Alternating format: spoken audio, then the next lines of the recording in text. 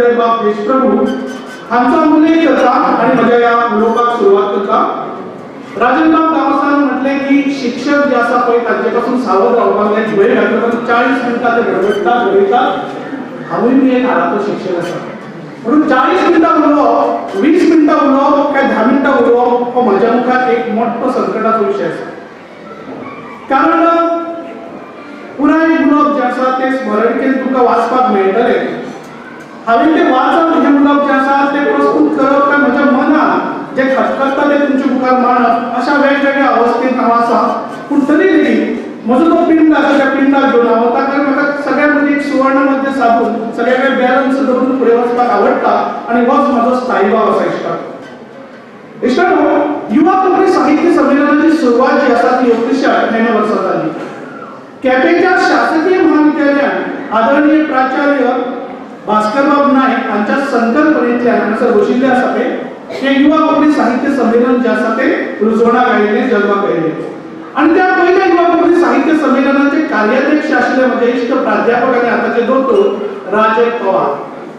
आणि भास्कर बाबाच्या भोंवतणी जे काही सवंगडे आशिल्ले तांकां भास्कर बाबाचो थिंक टँक अशें म्हणटात. त्यावेळी मी खूप क्वांटिटीन त्या संमेलनाच्या आयोजनात सक्रिय आसतना म्हाका दुसरे कोणाचें नांव हांगासर घेना. हांव एक विद्यार्थी, एक स्पर्धक, एक सर्तक म्हणून त्या युवा कोंकणी साहित्य संमेलनात वांटेकार जाल्लो.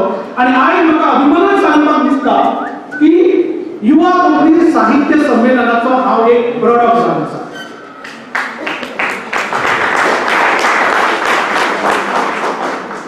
इश्टानो, गोवा कोंकणी अकादमीचे आर्थीक फाटबळ या युवा कोंकणी साहित्य संमेलनाक लाभिल्ले. हांव नैतीक फाटबळ लाभिल्ले अशें म्हणटा. तेन्नाचे अध्यक्ष ॲडव्होकेट उदयबाब भेंब्रे आणि उपाध्यक्ष आदरणीय एन शिवदास हे आशिल्ले. आणि आजून लेगीत आतां मेरेन जी परंपरा हांव पळयता काय तांत्रीक अडचणी सोडल्यो मदीं आयिल्ल्यो मदीं उप्राशिल्ल्यो जाल्यार गोमानातीक प्राचार्य अरुणबाब साखरदाटे आनी ताची पुराय टीम जी आसा ती क्वांटिटीन हे युवा कोंकणी साहित्य संमेलन जैतिवंत जावचे खातीर वावुरतना आमकां दिश्टी पडटा. कोंकणी साहित्य संमेलन एक जैतिवंत आसा, इतिहासीक आसा. हाचें कारण हांगासर शब्द आमच्या तुमच्या खातीर एक प्रेरणा जावन आमकां उर्बा जावन हांगासर उपस्थित आसा. आनी ताजो काव्य संग्रह, काव्य पर्वण हांगासर तुमच्या उपस्थितीन प्रकाशीत जाता. ही एक इतिहासीक घडणूक. म्हाका कितेंशें श्रेय मेळ्ळें अशें म्हाका दिसलें. पूण म्हाका दिसता ह्या दिसांनी फकत 15 ते 20 दिसां मजगतीं ताचे कविता संग्रहाचें संपादन करप, ताचे संस्कार करप आनी तो कविता संग्रह आयज मुजरत हांगासर तुमच्या सगळ्यांच्या उपस्थितीत प्रकाशीत जातलो हाची तजवीज किंवा हाची जतनाय किंवा हाचें कार्य करपाचें काम जें आसा तें नमन सावंत धावस्कर हांणी केल्लें आसा. युवा कोंकणी साहित्य संमेलनाच्या आयोजनात आसूं किंवा अशा तरेच्या तरणाट्यांचें पुस्तक प्रकाशीत करपाच्या हातूंत आसूं डॉक्टर जयंती नायक आसो किंवा एकंदर कुटुंबा आसा किंवा एकंदर जे गोवा कोंकणी अकादमीचे कर्मचारी वर्ग आसा तांच्यांनी सुद्दां क्वांटिटीन ह्या सगळ्या कामाक हातभार लायिल्ली आसा हें सांगपाक म्हाका खोस भोगता. विषयांतर वापरता का कितें अशें कोणें दिसूंक शकता. पूण ही गजाल शक्य जावंक शकली ही केवळ आनी केवळ गोंयची वेगळी आयडेंटिटी दवरणारे गोव्यात बहुमतान ओपिनियन पोलावळ्याक तयार जाल्ले. आमचो पेडणे तालुको हो सादारणपणे झालाच पाहिजे बरोबर आसलो. झालाच पाहिजे म्हणजे विलीन झालाच पाहिजे. ताचे कारणूय आसले. आमचे खूप काळ पोर्तुगीजाच्या काळात तांची चूक न्ही. पोर्तुगीजाच्या काळात आमकां आधार महाराष्ट्राचोच आसलो. जेव्हा तांचो चळवळ चालू आसलो तेव्हा आमकां संस्कृतीची ओळख बाळग, संस्कृतीचो बाळ करूंक हो तिचल्ल्यानूच मेळ्ळा. त्यामुळे एकदांचे पोर्तुगीजा कडल्यान आमी मुक्त जाले.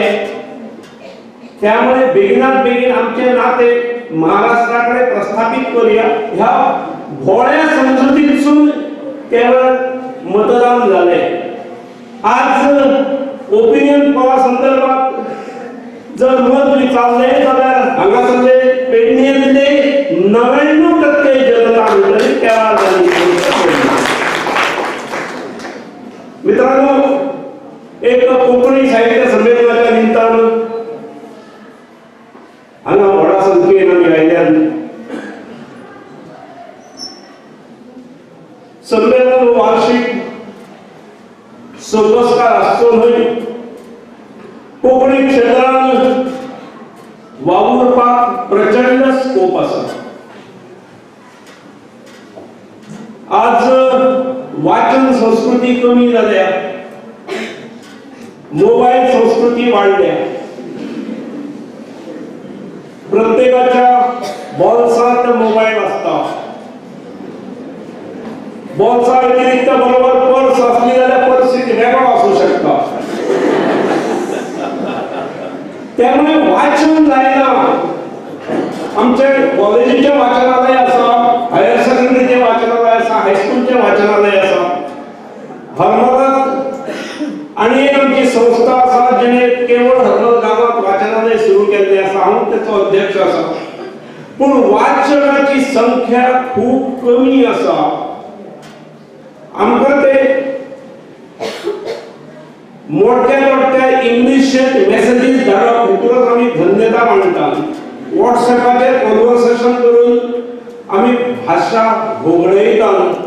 म्हाका दिसता ह्या संमेलनाच्या माध्यमांतसून कोंकणी खातीर प्रेरणा घेता आसतना केवळ कोंकणीच्या विद्यार्थ्यांनी न्हय किंवा कोंकणीच्या विद्यार्थ्यांनी कोंकणीच पुस्तकां मागची इतलेंच न्हय, साहित्य हेका सीमा नासता. त्यामुळे कोंकणी बरोवड्यांनी मराठी, हिंदी, इंग्लिश, फ्रेंच, संस्कृत सगळी साहित्य आपल्याक पेलता तशी वाचची.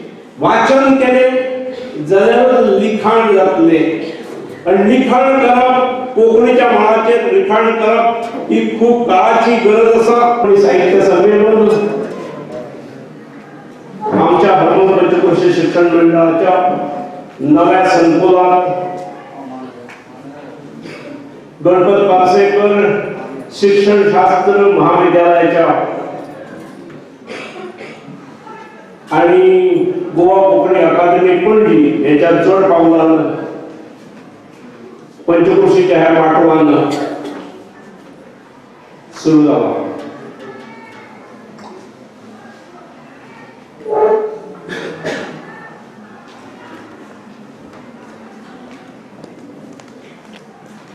साहित्य, समाज आणि शिक्षण हेच्यात असे दृढ नाते आसा. समाजात ज्यो गोष्टी घडत असतात त्यो लेखकाच्या लेखणीतसून किंवा लेखिकेच्या लेखणीतसून साहित्यात त्यांचा अंतर्भाव जायत असता. साहित्यात अंतर्भाव जायत असताना कोण नाटकाच्या रूपान बरयता, कोण कवितेच्या रूपान बरयता, कोण कथेच्या रूपान बरयता. विविध रूपांनी ते सादर जायत असता. आणि समाजातल्या घटना, बऱ्यो घटना, वाईट घटना भितरसून बोध कसो येवप हे लेखक आपल्या प्रयत्नातसून आपल्या लेखणीतसून करीत असतात. मागीर ह्या साहित्यातले निवडक गजाली शिक्षणाच्या अभ्यासक्रमातूय येतात आणि विद्यार्थ्यांपर्यंत पावतात. सगळ्याच गोष्टी शाळेच्या अभ्यासक्रमात येतात, कॉलेजच्या अभ्यासक्रमात येतात असं ना, तर पुस्तकाच्या माध्यमातून ते वाचनालयात मिळतात, लायब्ररीत मिळतात. आणि म्हणून अशा गजालींनी साहित्याच्या माध्यमातून, अशा संमेलनाच्या माध्यमातून ह्या गोष्टी खतपाणी पडत असतात. ह्या गोष्टी प्रेरणा मिळत असतात. वर्षभरा पहिली अशें संमेलन, 18वें संमेलन, 18वें युवा कोंकणी साहित्य संमेलन पेडण्यारूच जाल्ले.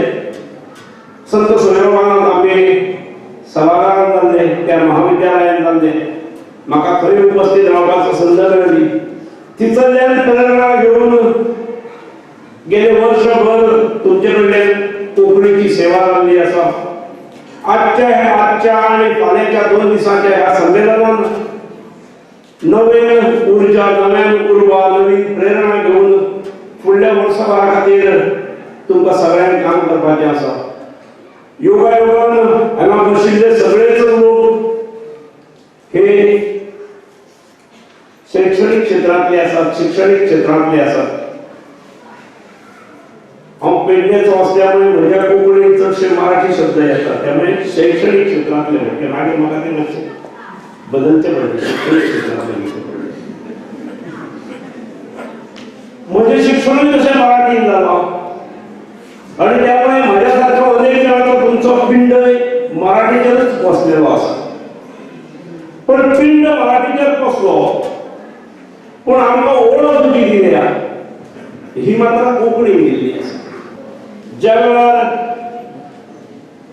ओपिनियन पोल घेवपाचो निर्णय जालो आणि गोंय महाराष्ट्रांत विलीन जावप की गोंयची स्वतंत्र अस्मिताय रावप हो जेन्ना निर्णय घेवपाचो जालो तेन्ना गोंयच्या बहुतांश जनतेन गोंयचे स्वतंत्र अस्तित्व दवरपा खातीर कौल दिलो आणि तातूंतसून गोंय दमण सुंद प्रदेश हळूहळू ताच्या नंतर गोंय स्वतंत्र राज्य, गोंयची राज्य भाषा कोंकणी, आम्ही मराठीक सहभाषेचो समान दर्जो दिलो.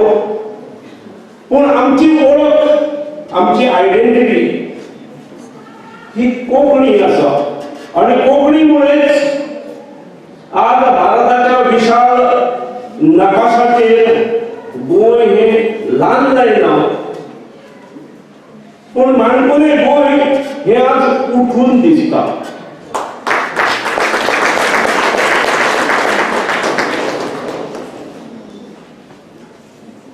गोंयची तोखणाय देशभरात आणि जगभरात जाता.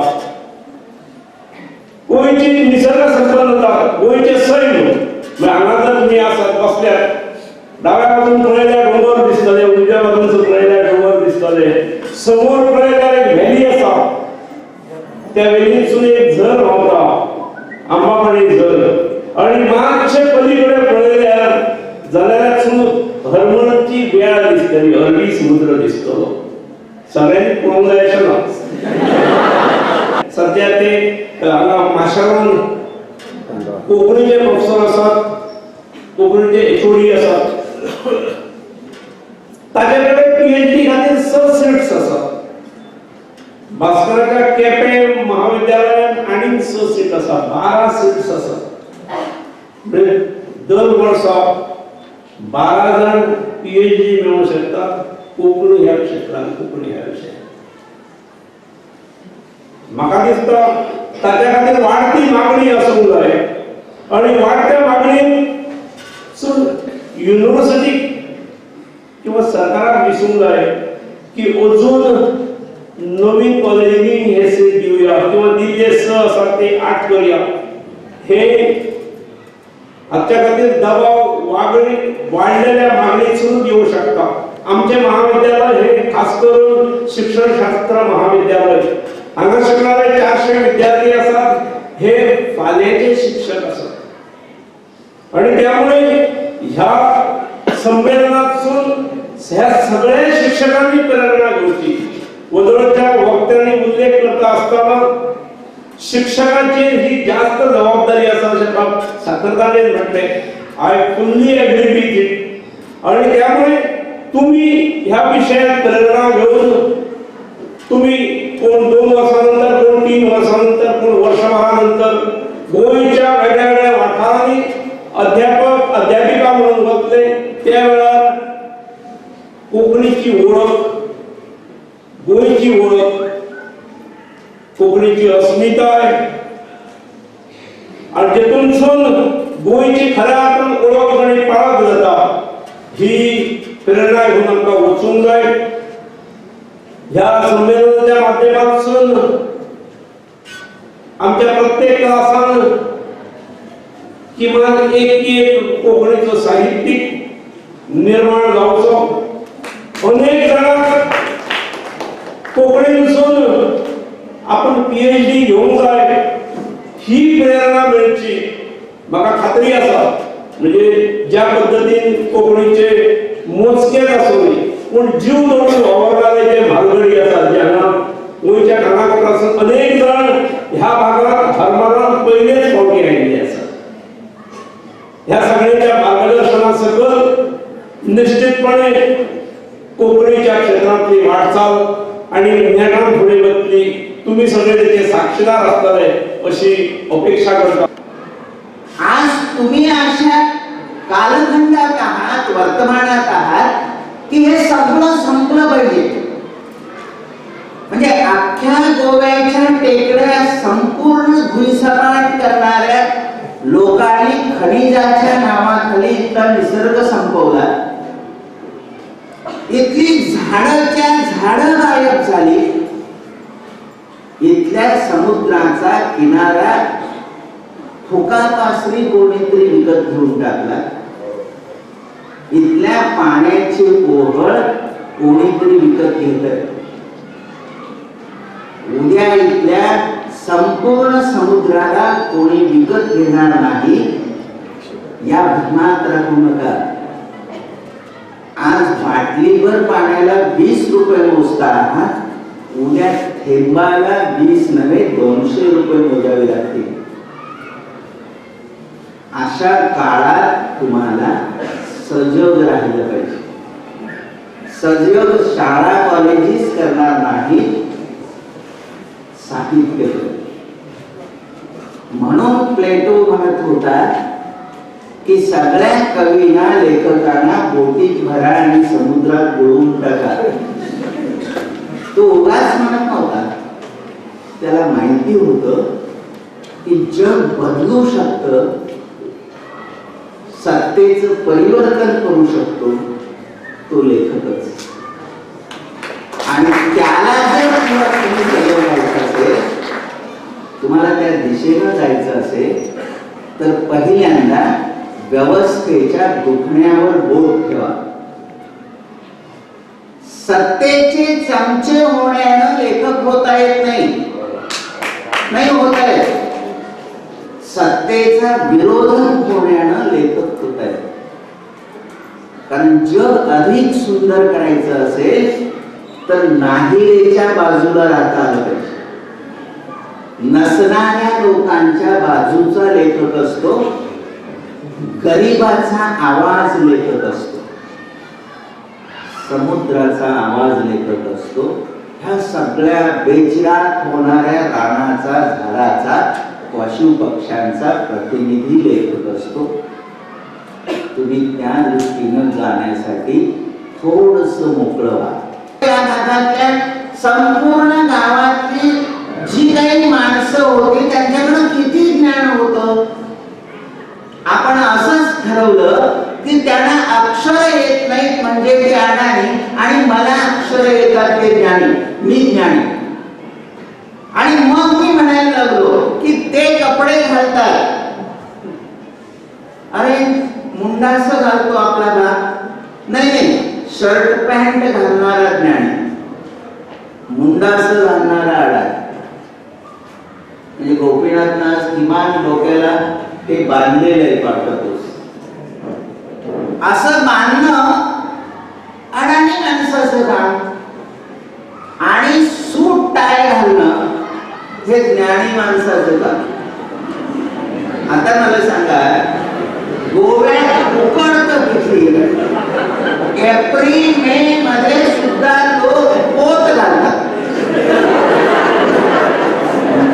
जिथं अंगावर शर्ट सुद्धा ठेवण्याची शक्यता नाही त्या काळात कोट घालून फिरणारे लोक बघितले की अडाणी कोण याचा शोध लागला.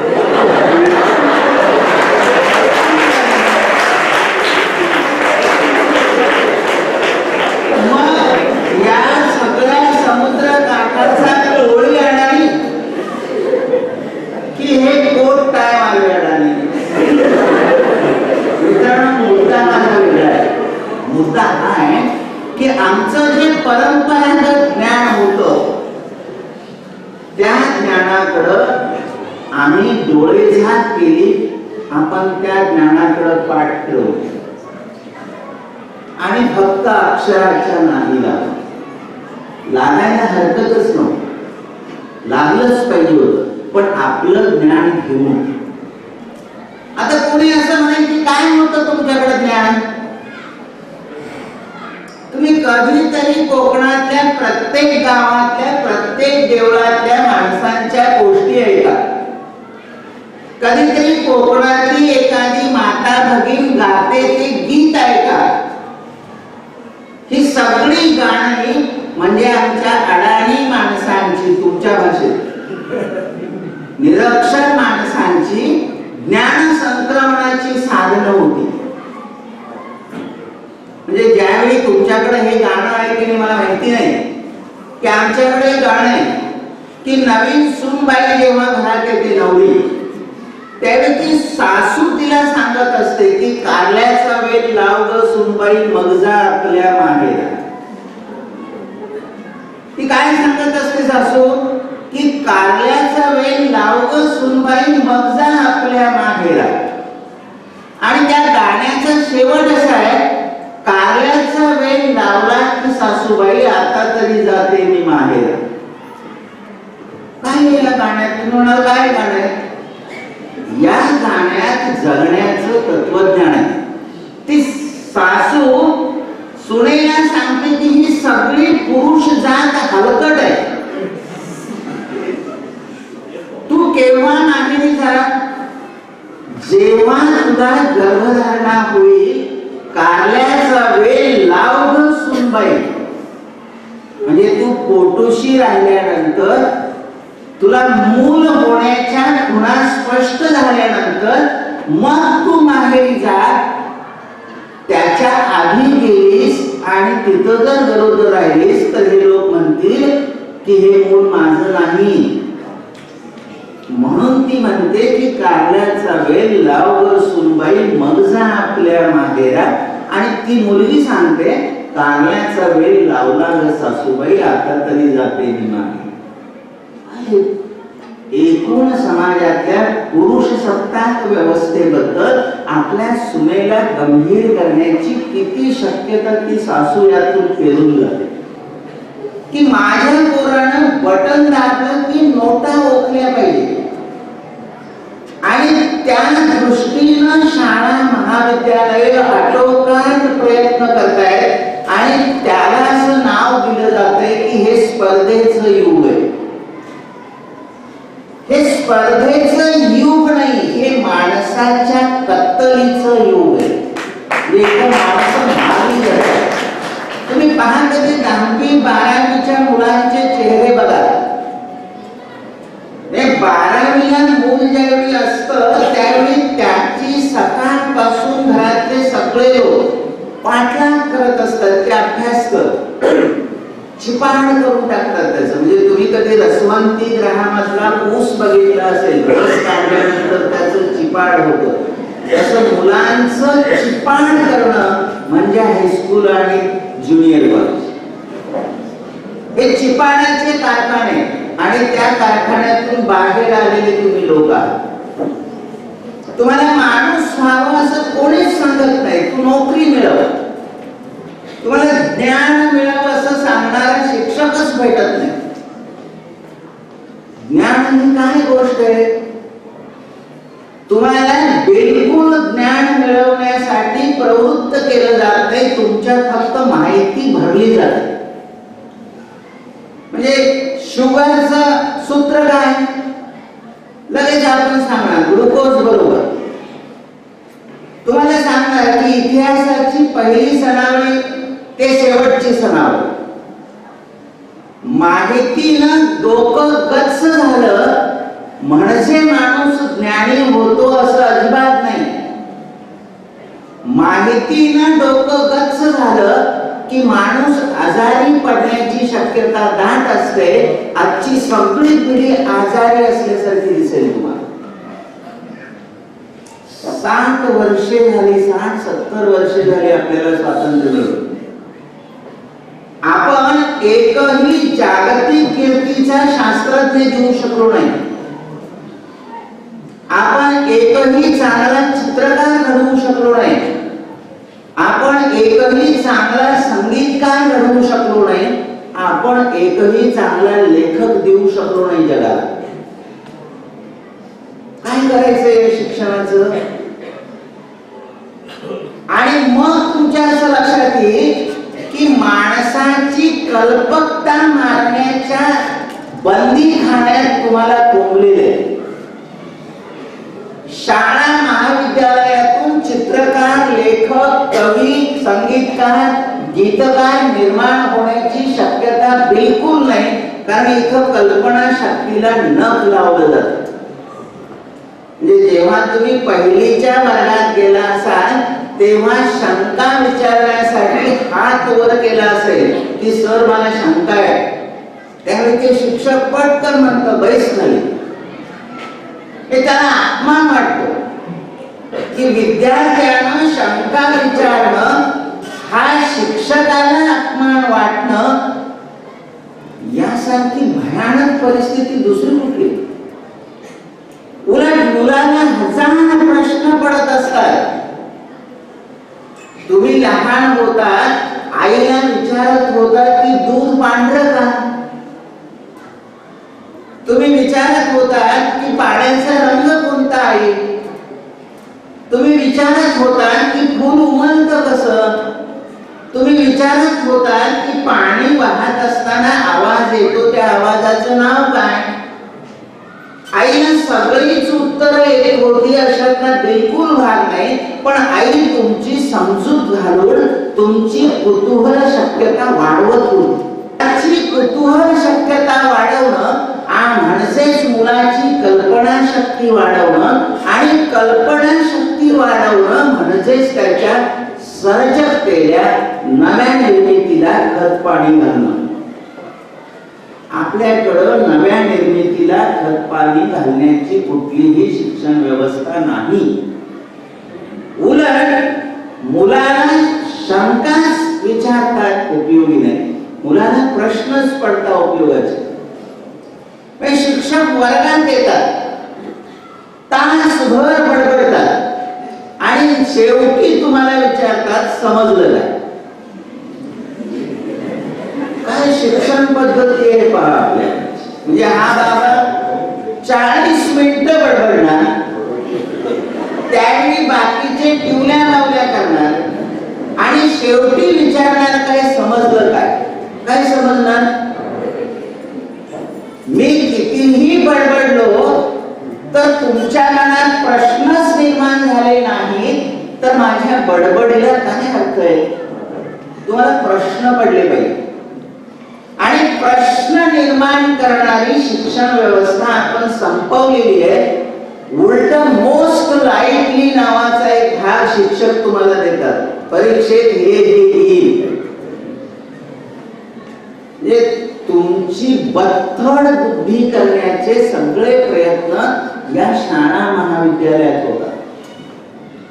तुम्हाला लेखकच व्हायचं असेल, तुम्हाला संगीतकार व्हायचं असेल, तुम्हाला चित्रकार व्हायचं असेल तर थोड्या शाळा कॉलेजीतनं बाहेर पडून उन्हाळक्या करा. उन्हाळक्या करा. याचं कारण असं की तिथं कुठंतरी तुम्हाला एक झाड असं भेटणार आहे की ज्या झाडावर हात फिरवताना अंग शहारवून जाणार आहे. एक फूल असं भेटणार आहे की ज्याच्या सुगंधानं तुम्ही एकदम सैल होणार आहात. एक पाण्याचा निर्झर असा कुठंतरी शोधा की ज्याच्यात हात घातल्यानंतर मेंदूतल्या सगळ्या शक्यता आपोआप फुलणार आहे. समुद्राची एक गाज कधीतरी आत साठवा, मनाला 1000 कोंब फुटणार.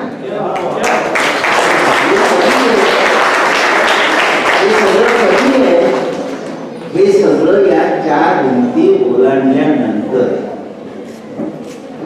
या 4 भिंतीच्या पलीकडे जाण्यानं तुम्ही अधिक संपन्न आणि अधिक समृद्ध होणार आहात. कधीतरी या भागातल्या सगळ्या भूताखेतांचा शोध घ्या. भूत नाही हे खरं आहे, पण भूताचा जन्म आपल्या कल्पनेत आहे. भूत नसतीच समजा, भूत माणसानं निर्माणच केली नसती तर भोवतीच्या चोरा माऱ्या थांबल्या नसत्या. आपल्या गावात एक जागृत देवी आहे. फक्त जागृत देवी आहे म्हटल्यानंतर 100 टवाळखोरांच्या मनावर दडपण येतं की बाबा रे इथं काही वाईट करू नये. उगाचच नाही आपल्या पूर्वजांनी इतक्या देव देवस्कीच्या गोष्टी चालवत आणल्या. ते काय मूर्ख होते? इतकी 1000 वर्षे आपली संस्कृती चालत आली, इतकी 1000 वर्षे आमची माणसं जगत आली आणि त्या माणसांकडे ज्ञानच नव्हतं असं हे शिकलेले लोक सांगतात. हे शिकलेले लोक सगळे सांगतात की नाही याला अक्षर येत नाही. अडाणी, अडाणी हा शब्द कोणाचा? अडाणी हा शब्द शेतकऱ्याचा. शेतकरी कुणाला अडाणी म्हणतो? ज्याला कुळं धरता येत नाही, नांगर मारता येत नाही, खुरपता येत नाही, ओळखता येत नाही, ज्याला शेतीचं एकही काम येत नाही तो अडाणी. या बहादराने त्याचा शब्द त्याच्यावर उलटवला, तुला अक्षर येत नाही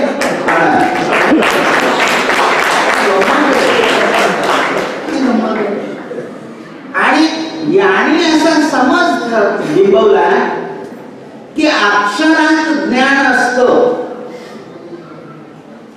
खरंच असतं अक्षरात ज्ञान? बिलकुल नाही. अक्षरात ज्ञान नसतं. अन्यथा ही सगळी शिकलेली माणसं अशी हौरटासारखी हिंस्त्र झाली असती. म्हणजे तिच्याविषयी मला अत्यंतिक आदर वाटला. ती जेव्हा बोलत होती तेव्हा त्यांचे सर हनुमंत चोपडेकर हे डोळे पुसत होते. एका शिक्षकाच्या मनामध्ये काय भाव असतो याचा अनुभव मी त्यांच्या शेजारी बसून घेत होतो. चोपडेकर मध्येच मला सांगायचे की आता गोपीनाथ दावस यांना भेट वस्तू द्यायची. त्यांचा समज असा झालेला होता की याला कोकणी बहुतेक समजत नसावं. मित्र हो, मी जरी आज महाराष्ट्रातला मराठीतला लेखक असलो तरी आमचं सगळे पूर्वज हे 70 गोव्यातले.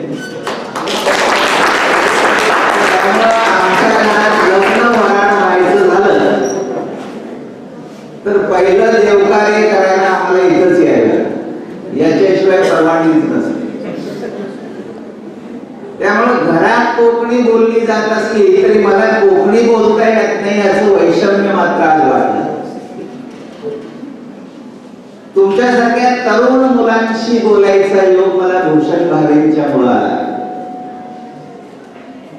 मित्र हो, तुमच्याशी काय बोलावं आणि कसं बोलावं या संभ्रमात आहे. याचं कारण असं, आम्ही जगून झालेली माणसं आहोत. फार उरलेलं नाही आमचं. म्हणजे मी तर आता 65 कडे झुकलो आणि साखर दांडेकर किंवा पारसेकर साहेबांचे तर आता वय माझ्यापेक्षा अधिक असेल. प्रश्न हा आहे की तुमचं भूतकाळ आणि तुमचं भविष्य काय